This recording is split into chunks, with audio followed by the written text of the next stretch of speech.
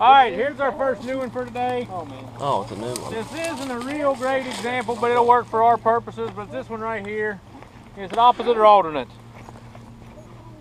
It is Opposite. Whoops, Oh, buddy. that's not good. I tumbled that way. Oh man. It is opposite. It is opposite. What else is it? Simple or compound? Simple. Compound. Is it compound? Yeah, compound. Yeah. Compound. Oddly pinnate compound leaves. What else you know about it? Notice about it. It's got a smooth bark on it. Got a, with this small, it does have fairly smooth bark. You can see it starts to break up. Yeah. It ends up having an ashy gray bark, and if we can look at the buds, it has chocolatey brown buds. I mean, the bark tends to be furrowed. It's got diamond-shaped, diamond-looking interlacing ridges, kind of ashy gray. Anybody know what it is? Anybody? Opposite arrangement means it's automatically what? What is that? Madcap or? All right, so MAD stands for? Maple. Ash. Ash. And dogwood. Does it look like a maple? No.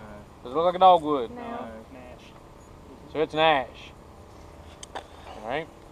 This is white ash. Fraxinus americana. This a white ash tree? White ash.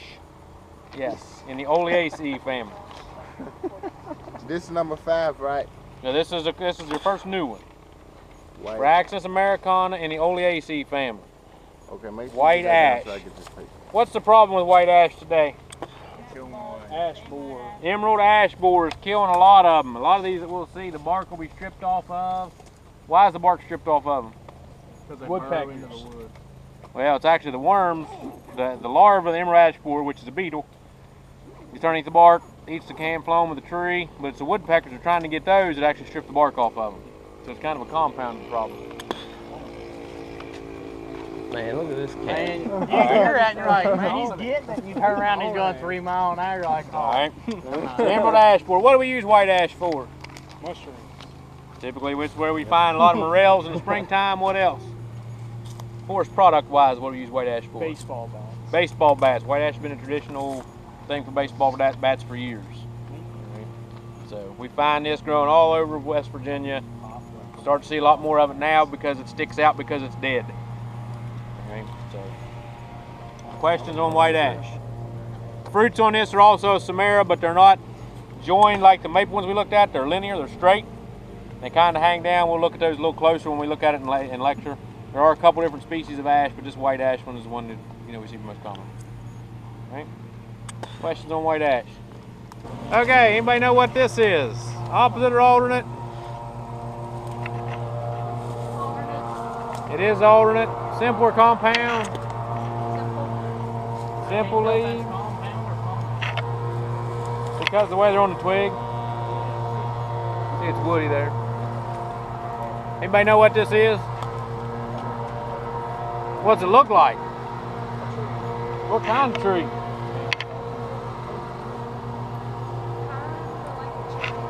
Kind of like a cherry. It's not a cherry. All right, a couple things. Remember, general rules. First of all, remember your oaks. Oaks have clustered buds. If you look at the tip of the twig, the buds for next year for oak are clustered. This has clustered buds at the end. So it's This is actually an oak. An oak. Oak. O-A-K. Oak. Now, the reason I drug y'all through the brush looking for this is because this is a hybrid. I found this several years ago in Dendrology Lab, and I kind of stumbled up here to it. It's like, what's that? Is it on the list? No, it's not on your list. You can leave it in there. You can use it for collection. Yeah. All right. But best I can tell from the information I can find, this is a hybrid between northern red oak and shingle oak. It was in one book I found it. They called it Quercus hydrophila. I don't know why. That's Quercus. That means hydrophila means water plant. No, because we won't see this very often. All right. But there's other red oaks around here. Somewhere there must be a shingle oak and this thing hybridized. I just do this to show you that there are times when you get out here in the woods where natural hybrids take place, and you will stumble on things that you haven't seen before and you don't have a way to explain. It just doesn't look very good when the dendrology teacher is the one that doesn't know how to explain it.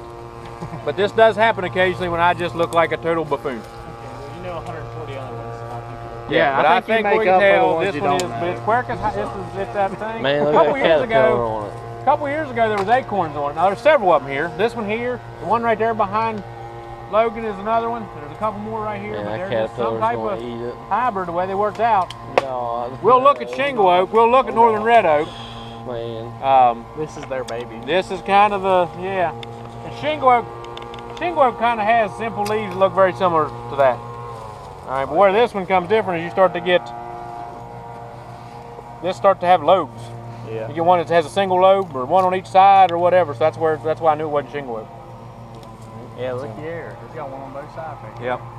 So just one of those things, kind of those exceptions that I wanted to point out to you while we were here. There's too many exceptions in this world. There's Everything no just such thing as an acorn, right? Well, this tree has acorns on it. But it's an oak tree, right? That's right. Beebe is correct. This is an oak tree. What oak tree is it? Red. Starts with a C. Chinkapin? Chestnut? This is chestnut oak. That's Quercus it. prinus. See the chestnut. This Got one is in my chestnut. yard. Now, Hold on. Cool. no, you're blocking the video. Oh, it's on? Oh. Yeah. Oh, I didn't know that thing was I on. didn't know, was it? No, that's okay. No, I turned it on. All right, so when we look at oaks, we're going to try to take these slow. This one's just really easy to look at. It's got lots of fruit on it, so it's really easy to look at, so I went ahead and did it. But when we look at oaks, I've got a book. It's about that thick. It has oaks of the east. All right, so there's a bunch of oaks. But as a general rule, we already looked at the one down there was a hybrid, and I should have showed you this then, but we'll look at it again later. A couple things you can use. We separate our oaks into red oaks and white oaks. All right, we'll talk about this in lecture as well. In terms of leaves and what you can use to identify them, if you look at a leaf, all right, you look at a leaf, at the ends of the lobes, at the tips of the leaves, on a white oak, they're smooth. All right, you can see how this kind of has the undulating margin, and there's nothing there. If this was a red oak, like the hybrid we looked at down there, or we'll look at another one. I'll show you another one in a little bit. We won't use it as a new exam thing, but I'll show you. It will have a bristle tip that sticks out the end of that. This tiny little piece, it looks like the leaf vein sticks out past the end of the leaf. Red oaks have that, white oaks do not. Like a burr? Well, it's just a little tiny bristle. It's not really a burr, it's just a little bristle. Like so a we'll look at little that needle? again. What's that? Like a little Kind of needle? like a little needle. All right, so white oaks don't have that. So we know this is a white oak. All right. They tend to be rounded. They'll have rounded lobes, they got rounded edges, they don't have that bristle tip. If we look at the acorns, and this chestnut oak is loaded. This year looks like it's going to be a pretty good year for acorns, especially some of the chestnut oaks I've seen are pretty loaded. But the cap on an acorn is called an involucre. All right, the cap on the acorn is called an involucre. I-N-V-O-L-U-C-R-E, involucre. All right. When things are in our white oak group, they're just kind of knobby, and you can't really see scales unless you really look at it. All right. On our red oaks, the scales on these involucres look a lot like shingles. They're what we call imbricate scales. They're flat and they overlap. All right, so we can see that. Then on some of those red oaks, we can look. Some of them aren't pinned down real well. Some of them are kind of frilly. All right, we see a couple different variations. On white oaks, these are kind of thick and knobby. On red oaks, they're thin and flat. The scales on the involucre. Okay. So that's when two things you can look at in the woods when you're trying to identify these, try to figure out what they were. There's some other things we can talk about. We'll look at those in lecture a little more specifically about the differences in red oaks and white oaks, but those are the two things for this. So this is chestnut oak, Quercus prinus, in the Fagaceae family. Where do we find chestnut oak? On the chestnut tree. All right, chestnut oak does well on dry, rocky sites. Right now, it'll grow other places. This really isn't dry and rocky. I mean, it is, but it isn't. But it doesn't compete real well. So other things grow faster than it, and it gets shaded out. You put on something dry and rocky, other things can't survive. It can. It competes very well in those sites. So there's dry ridge tops where that's all there is chestnut oak. All right. This is one of those that has multiple common names. Anybody else heard this called something else? Acorn tree. Acorn tree, I guess. There's a lot of oaks we can call the acorn tree. What else? You can't see the bark real well on this one because of the other undergrowth, but this has a pretty thick, deeply furrowed bark. Like it gets bigger it gets, the more deep and gnarly looking the bark gets. All right, these will get very large. A lot of times you hear somebody say, "Oh, that's a rock oak." That's what this is. It grows in the rocks. It's hard as a rock sometimes. All right, so it does have a couple different common names. All right, Quercus prinus. Any questions? Is that the way it's listed on your papers, Quercus Prinus? I think so. Yep. Okay. Because this is one that some folks have decided to change the name on. You will sometimes see chestnut oak as Quercus montana. So you would take rock oak? Yeah, I'd count rock oak as a common name. All right. Questions on chestnut oak? Or the quick difference between red oak and white oak? The needles. What's that?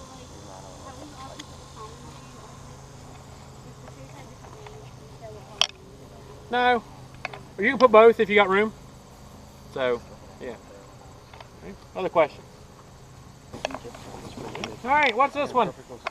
Yeah. No, it's the new one. It's cherry. This is black cherry. Or wild cherry. A cherry tree to me.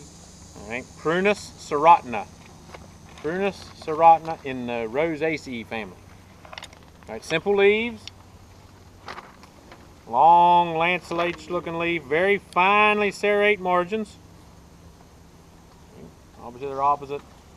If you crush the leaf of the twig, it should kind of have a bitter almondy smell to it. All right, what's that?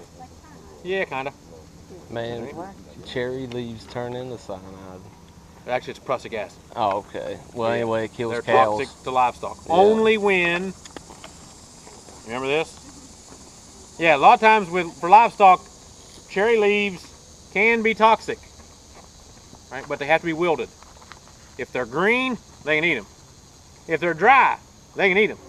If they're wilted, and something that's a ruminant, cow, Poisonous. goat, horse, Kills them. sheep, it'll kill them. Better than Drop hell. them like Prussic acid is what it is. All right, so it will kill them, but they have to be wilted. So a lot of times people cut these away from their pasture so a limb doesn't fall off into the pasture or something Man, like that. So. don't mulberry leaves also turn into cyanide? I don't know if mulberry leaves do or not. I thought they did. I don't know.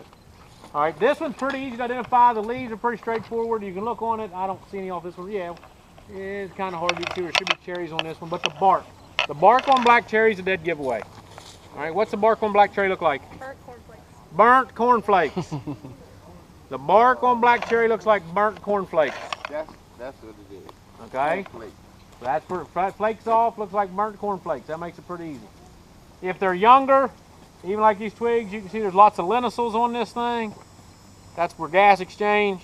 All right, so you can see there, they will be on the stem. They'll be arranged horizontally. That's one of the reasons I skipped some of the others because they were a little bit younger. Were you looking at Didn't have a lot of that on there. Little lines. See the little lines on it? See these little white things in here? Yeah, yeah. Those are lenticels. Oh, And gas if you look, exchange. if you look on the twigs, they're kind of be horizontally arranged. Lenticels. Okay. Lenticels. Lenticels. L-E-N-T-I-C-E-L-S. Hey, Lenticels. what's that noise? Is that a bird or a bug? That's a locust. A cicada.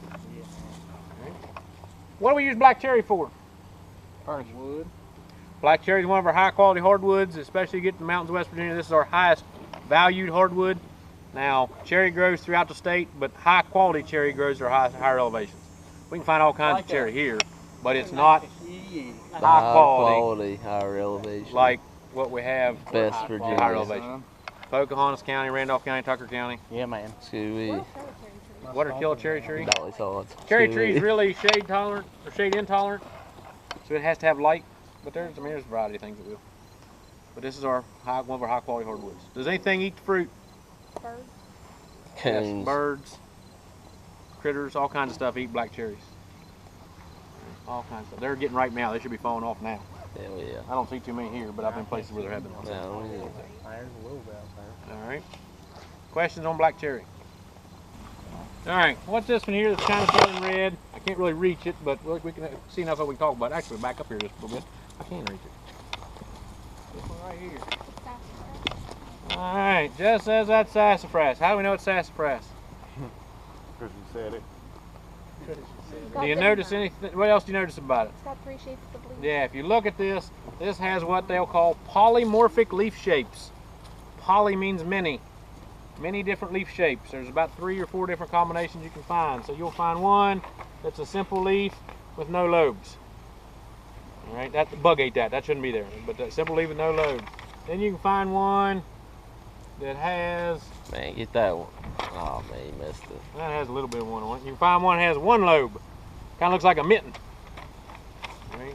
And if we look around here enough, we should be able to find some that have 2 lobes. Man. So we got 3 different leaf shapes. Man, you ever had sassafras, Steve? Yeah, that's this made from. Now, this gets pretty easy to identify. If you look at the young growth, in the first couple years, the twigs is going to be green. Sassafras. That's going to be green, and it gives way into brown, reddish brown. Sassafras. If you take the leaf, if you see the leaves, and you take a leaf and you kind of crush it up, and you smell it, Man, what does it smell like? Smells good. What's it smell like? Sweet. I want to see if you all come up with what I think it smells like. That's a gas. It smells like some type of cleaner, some lemon cleaner. Okay, kind of citrusy. I'll go with that. Tea berry. What else? Oh, leaves. What's it smell like? Everybody take a whiff of it and tell me what you think it smells like. There's one thing I think, once I say it, I think you'll be like, oh yeah! What's that? Fruit Loops, exactly. Oh my gosh. Yeah, something fruity. Fruit Loops is what I think it smells like. All right. The fruit on this is a Does. drupe. All right. The fruit on this is a drupe. Remember, a drupe is a fleshy fruit. It's got 1 seed. These tend to be kind of purple. Oh, I don't like that. I hope that's from this to you. No, he's right behind. Okay. That's not the stingers though. Single seeded drupe, kind of purplish. It has an interesting cap the way the peduncle attaches to the fruit. You don't see this. These are dioecious. All right. These are dioecious. They're also what we call clonal, which a lot of the things we'll talk about being dioecious are clonal. That means they grow off of root sprouts. So you can kind of see we've got a couple here, and there's a couple more. A lot of times you find them in clumps or clusters. They basically grow off the same root, all right? And that's how they spread and propagate. This is what we get sassafras tea from. You dig up the roots and you boil the roots to get some of the sap out of those. Never had it. So, Well, you Yeah, can let's go to do Martin's and get some? maybe, but I doubt it. What about Walmart? Probably. Every once in a while you'll see it in the store. Yeah. Yeah. All right, Guess I just but gotta find me sassafras. a local. Do we use sassafras for anything? Tea. Tea. What else? Wildlife does eat the fruits. All right. If it will get big enough to get lumber out of. All right. Man. On the one older college farm we don't have anymore, there was some sassafras there that was like this. Black oak. I wish we'd have got them. I wish I could have got some of them out of there because the board's very pretty. It's a honey brown color, honey golden brown color that reminds people texture-wise, color-wise of what our old chestnut used to look like. It's not as durable, but it's what it looks like. It looks very similar. So, what's that? No, it's softer and doesn't have the same characteristics, but it looks a lot alike. But that's kind of what it is. All right. Questions about sassafras albidum? That's the scientific name. Sassafras albidum in the Lauraceae family. All right. Sassafras albidum in the Lauraceae family. Questions on sassafras? All right. What knows about this? We got pine needles. Yeah, it's a pine tree. All right, we're looking at pines. This is a true pine. We looked at hemlock before. We'll look at some other things. If you notice a couple things about pines, with a pine, the needles are grouped. You look at the twig and the way they come off the twig, the needles are grouped. And there are no bundles. Those bundles are called fascicles. Those are called fascicles. And as we'll find when we look at this a little bit later on, towards the end of the semester, if you look at those needles, we can use the number of needles in that fascicle to identify, to some extent, the species. All right, because when you look at the fascicle makes a circle, and then each needle splits, basically looks like a pie. If you look at cross section, it looks like a pie. White pine, this is eastern white pine. It has 5 needles per fascicle. When you pull those off, you're going to find 5 needles. What you mean per fascicle? Per group. See that little group? Oh. Ain't there one with like 7 too? No. Absolutely. Not here. There's a lot with 2 or 3. This is the only one that we'll look at with 5. Oh, Right, there's a couple in the west that have 5, but white pine, eastern white pine, Pinus strobus in the Pinaceae family is the only one we'll look at here in the east with 5. So you can see 5 needles per fascicle. They're very limber. They're not all that long. They're very limber. Right, they do have a white cast to them. Makes them pretty easy to identify. That's for the cameras. 5 needles per fascicle. What do we use white pine for? What do we use white pine for? Pine saw. Pine saw? What do we use white pine for? White pine's the wood's real soft. We do use it for lumber. Generally not construction lumber, but other type lumber. There's plenty of white pine around, but it's not in it to the level where it's high demand in terms of saw timber, in terms of products. You go further north to find that. Okay, so we can't find it. Oh, wait. So could we like Christmas get it, trees, sell it, right? What's that? Christmas. There are people that use this for Christmas trees, but because the needles are so limber, a lot of people don't like it because it won't hold ornaments up real well. So you use spruce trees sometimes. Sometimes, Cedar but trees. people will buy this. People like it for a Christmas tree, so yes. Questions on white pine? Pinus strobus in the Pinaceae family. Man, I touched that freaking thing for 3 seconds. All right, what's this one? Mulberry. How you know? I don't know. It's got different shaped leaves too. Okay, just like, and that's one of the reasons I wanted to go ahead and do it. Just like our sassafras, sassafras not the only thing we'll see that's polymorphic leaf shapes. We also have this one, and this has probably more variation to it, honestly, than what the sassafras does, because you'll see all kinds of different things. All right, even this stuff down here, you can see looks a bit different. So, This a mulberry. what? This is mulberry. This is what kind of mulberry is this? White. Well, I've heard both of them. You may want to make a little more definitive guess. White. Pink. Don't forget your blocking stuff. Oh, shoot. Yeah, you're all right. Oh, shoot. Red, Right. 100%. White 100%. What's white? I knew All it. right, now, this is kind of opposite the way you think it should be. This one is not native. All right, this one actually comes from Asia. The red mulberry is native, but this one's more common now. This one's escaped and made its way out, and you find it more commonly in places like this: fence rows, abandoned lots, field edges, overgrown pastures, things like that. All right. How do you tell the difference? This one, the leaves tend to be smaller, thicker, and a little bit more lustrous. On the red mulberry, the leaves tend to be bigger, and they are really pubescent. They're really hairy. This one here, it is a little bit pubescent, but it's still not like it would be if it was a red. All right. Why would they bring this over from Asia? They felt like it. No, actually, there was a reason. Probably Living chill out the barriers. red. No, Well, natural fence. nope. This is what silkworms eat. Oh, They brought okay. it over to support the silk and to try to establish the silk industry here in America. All right. All right, so that's why these were brought over. They've escaped. Now, what's the fruit on a mulberry? Mulberry. Yeah, it's an aggregate of groups, actually. So it's a bunch of them. Little. The interesting thing with mulberry, this is one of the first things that ripens in the summertime. All right. But these do not all ripen at the same time. All right, it's kind of an interesting ecological approach by mulberry, but you'll find ones that are very underripe, like white, up to ones that are completely ripe, that are deep, deep, dark purple. All right. So you will see this on one tree. If there's one of these around, you'll know when they're starting to get ripe because you'll see the evidence on your car from the birds. All right. That purple bird, perfect. Yep. All right.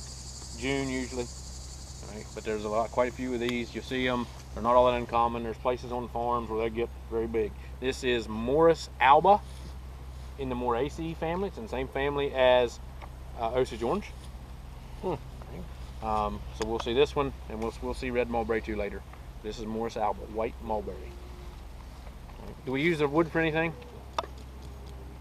I don't think so. Specialty uses, kind of like we talked about with Osage orange. It also is very orange. The roots, you can see, very orange. But not enough of it, of the right size of stuff to be really commercially important. But you may find somebody that has a log or two or some board sawed out of it. You can put some of these by where I live at, right? Probably. Yeah, it's pretty common. What they doing there? We don't got no silkworms around here. Well, that was 200 years ago. 240 years ago. All right. Questions on white mulberry? White mulberry. Man. What is this? Don't touch it. Poison ivy. Poison ivy. Man, Jess was about to jump on all That was that. a trick question. And I picked this for a specific reason. Poison ivy grows in an incredibly diverse number of my forms. favorite, Jeff. Jump in there, babe. Right? All right. So that's why I picked this one, because it's not what you typically see. Typically people think of poison ivy as a vine and climbs over stuff, which it does. But you can see it's climbing over this fence post. And it's actually grown up enough to where it almost looks like a tree. Like limbs. All right, you can see it crawling on the ground. When I was a graduate student at WVU, I had a TA to Dendro class, and we got into a place where there was poison ivy that grew straight up off the ground. It was about that tall. Man. I had a pencil and I was like, okay, this is your next quiz question. And there was kids come charging in there from back, grabbing leaves off of it. I didn't let anybody taste it. Man, why did you let them pick them up? Well, I mean, I gave it to them 2 weeks before we talked about it. Leaves 3, leave it be. Yeah. All right. Even I did have a kid that absolutely flipped out. He was threatening to sue me. If he ends up in the hospital, I'm suing you, and blah, blah, blah. I'm like, it's Dendro class. You're supposed to know what it looks like. If you get it that bad, you should know what it looks like. All right. This is Toxicodendron radicans in the Anacardiaceae family. Oh, is that on our paper? It is on your paper. 10-4. Leaves of 3. It has a 3-leaf compound leaf. You can see it here. Now this one here has got some bug problems and it's getting kind of late, so it looks pretty gnarly. But if you find a good leaf, leaves of 3. Yep, It does get red berries on it. Yeah, we'll What's that? grab a hold of it. Toxicodendron Do radicans. some crazy shit. Toxicodendron. That's some stupid Alright. shit. You grab that, you So stupid. remember, leaves of It's not 3, crazy. leave it be. Any leaves, leave it be. What's If that? it don't got a berry on it, I don't don't even get it touch much. I will get it if I get, like, if I mow grass or weed eat and get the sap directly on one. What actually causes the reaction to poison ivy? The oil. It's the oil. Right, there is oils in the leaves. So you So put powder if you on get it. into it, what should you do? Put powder on it. No. Wash yourself with cold water and Dawn dishwashing detergent. Isn't there like a natural? Look out. Let Joyce up the road. Let out Man. the road. Don't get the poison ivy. Get out of the road. Yeah, man, what's her name? Donna Ballard was telling us about the weed you can find to break open, and I'm not sure which one. I can't remember what she said it was though. Jewelweed. Yeah. Yeah, Jewelweed also, I didn't know it would do that. It's also supposed You got to do Yeti. I heard beer in nettle. there. she said break it open and rub it on yourself Is that right? before you go All right, home. but Yeah. and why do you use cold water? Because hot water just melts it. Hot water, yeah. Hot Because water what's oil mixes do when you in. put it in hot water? Expands. Yeah, so use Dawn dish, a grease fighting soap. They sell specific. I remember used to get this tube of stuff. It was Ivy Gone or something like that. You'd squeeze it out in your hand. You know what it was? Ivarest. Maybe that's what it was. You know what it was? It is. We got some. It was Gojo. It was the pumice grease, Yeah. Grease stuff that was in Gojo. Gritty Basically stuff. what it was. Like $5. I Yep. love Gojo, man. Yeah, I that's used what to that, wash because my it hands with cut that stuff grease. after That's I why it eat. worked. What is Gojo? It's grease stuff that they use in body shop or Smells like automotive love. things. Any greasy thing greasy. It's just a type of soap. Right. It's good But stuff. poison ivy. We'll see this in a bunch of different forms. A lot of times I'll see one and be like, oh, that's kind of cool. What's this? Just because it grows in so many different forms. We already passed 3 or 4 of them back there, but they weren't very interesting. This one here looks like it's its own tree, but that's actually a fence post with poison ivy growing up around it. Is Virginia creeper in there too? Virginia creeper, I do not see Virginia creeper in there. I will show you Virginia creeper. But I wasn't sure. So Man, you can find it at the This upper one right here, farm. yeah, actually this one here is Virginia creeper. Senor Jefe, you probably ought not touch that. No, this is, how can you tell it's Virginia creeper? I'm glad you mentioned that. it's 5 leaves. 5 leaves. What's Right, the theirs just Virginia has creeper? 5 leaves. This is Virginia creeper, which is, and you know, I won't get, well, We got Virginia creeper. 5 leaves. No, it's still a monocot. Or it's a dicot. It would be I mean, palmate. that's only floral part. It's only floral part. Wouldn't it be like a palmate? It's palmately compound. Yeah. All right. Parthenocissus quinquefolia is the family of this thing. So you want to write that down? Can that be another What's that? tree? Is that on our list? That is on Virginia creeper's on your list. 5 leaves. It turns red. It's got berries on it. Everybody thinks we used to have a big family get together the weekend of Labor Day. This weekend coming up, and they camped this one year, and there's this tree covered with Virginia creeper, and everybody was scared to death to touch. And I'm like, why? I remember grab a hold of it, and they're like, oh, you're going to die. I'm like, no, it's not even poison. Yes, it is too. I'm like, no, it's not Virginia creeper. Yeah, I said, no, it's got 5 leaves. No, it's not either. I'm not touching. I don't care what you say. I'm not touching it. I thought poison oak had 5 leaves too. Poison oak doesn't usually grow in a vine. But it has 5 leaves. I don't know. I don't think it does. I don't Does remember. it? We don't see it. I can't remember. Which one worse, poison ivy or poison oak? Depends on how you react to it. I don't even get poison ivy. I don't get So, poison anything. Parthenocissus I'm quinquefolia, digging. I walk through woods naked and I'll be fine. and I haven't having trouble remembering the name of the family. V-I-T-A. It's Vitaceae. Yeah, same thing as grapevines. Vitaceae. Okay, that's what I thought. But that's Virginia creeper. So is that our next tree? Yeah, you might as well put that on your list too. Those are Yeah. easy. Good deal. Those are easy. That's what I like to hear. Parthenocissus quinquefolia. He lost in his backpack. When did you lose that in there? He said it's been in there all summer, probably.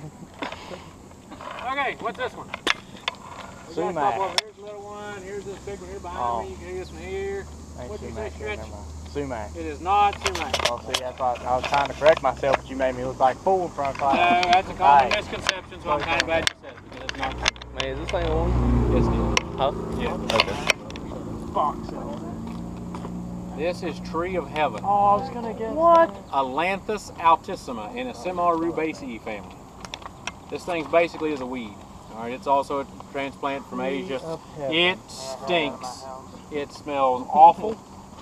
Right? But it's pretty common. You can see, we've seen it, we've passed a bunch of them. There's a bunch across the street. There's a bunch along this side of the street. You can see it, but it's got a pinnately compound leaf. Who called it the tree of heaven if it stinks? Well, because it does get, and none of these really have this fruit on it. You can kind of see them on the top of there. They're a little bit past. You can see them right here above Greg's head. They're a little bit past. They're dried out, but they do get a pinkish, greenish thing, and suppose they look heavenly. That way they could sell them as ornamentals. That's why they call them heavenly, but they're really, It's not on our thing.